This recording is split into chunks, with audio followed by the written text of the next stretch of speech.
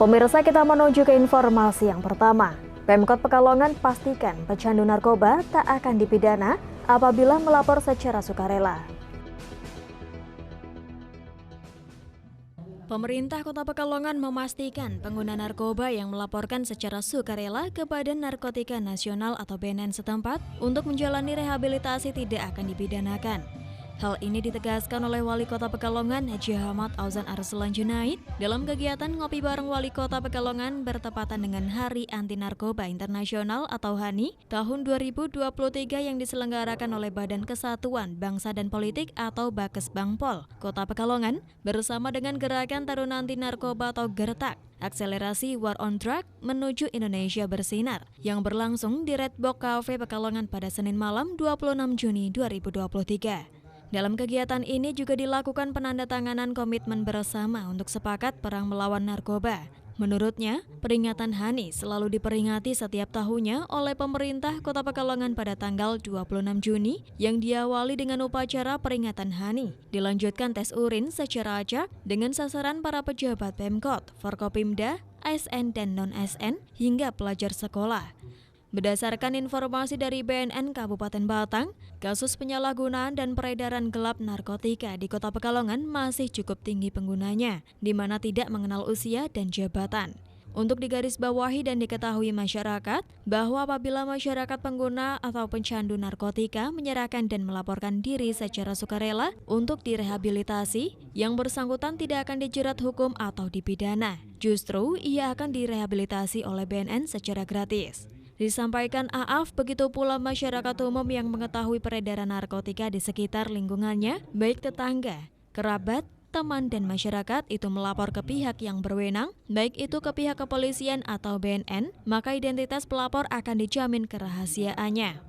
Lanjut Aaf menambahkan, dalam kegiatan ngopi bareng berupa talk show dan sharing santai yang diikuti oleh para kepala OPD, organisasi masyarakat, media dan relawan anti narkoba ini juga diinformasikan secara detail mengenai bahaya narkoba, ciri-ciri pengguna narkotika, peredaran narkotika, dan cara pelaporan masyarakat bila mana mengetahui adanya penyalahgunaan dan peredaran gelap narkotika di lingkungannya. Ya, alhamdulillah ini Hari Anti Narkoba Internasional.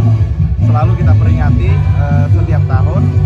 Pada pagi hari tadi kita ada upacara sekaligus tes urin secara acak untuk semua ASN dan Forkopimda.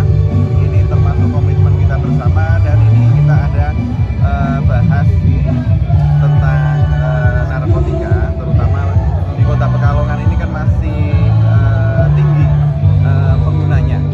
Dan ini tidak mengenal usia, baik itu dari 50 tahun ke atas, 60 tahun ke atas, sampai dari usia 15 tahun. Ternyata masih ada kasusnya di Kota Pekalongan menurut informasi dari BNN. Dan untuk yang harus digarisbawahi dan diketahui oleh masyarakat, ini sebetulnya kalau masyarakat ini secara sukarela menyerahkan diri untuk direhabilitasi pengguna narkoba, ini tidak akan dijerat pasal hukum, ya, atau tidak ada sampai ke kasus pengadilan dan sebagainya. Mereka akan direhabilitasi.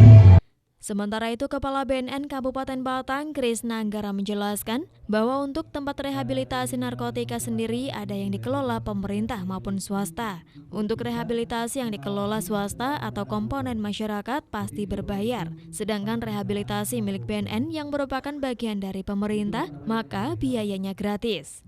Krisna menyebutkan proses rehabilitasi narkotika sendiri ada yang rawat jalan dan rawat inap, di mana untuk rawat jalan bagi pengguna narkotika yang tingkat ketergantungannya masih rendah seperti di BNN Batang. Sementara untuk rawat inap bagi mereka yang ketergantungannya terhadap narkotika tinggi.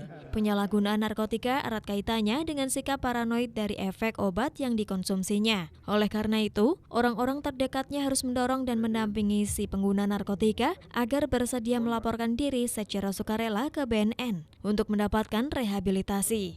Ya, jadi kalau kita bicara masalah rehabilitasi, tempat rehabilitasi itu kan banyak ya. Ada yang dikelola oleh pihak pemerintah maupun oleh pihak swasta, ya, gitu. Kalau kita bicara yang dikelola oleh pihak swasta, termasuk juga komponen masyarakat, itu pasti berbayar.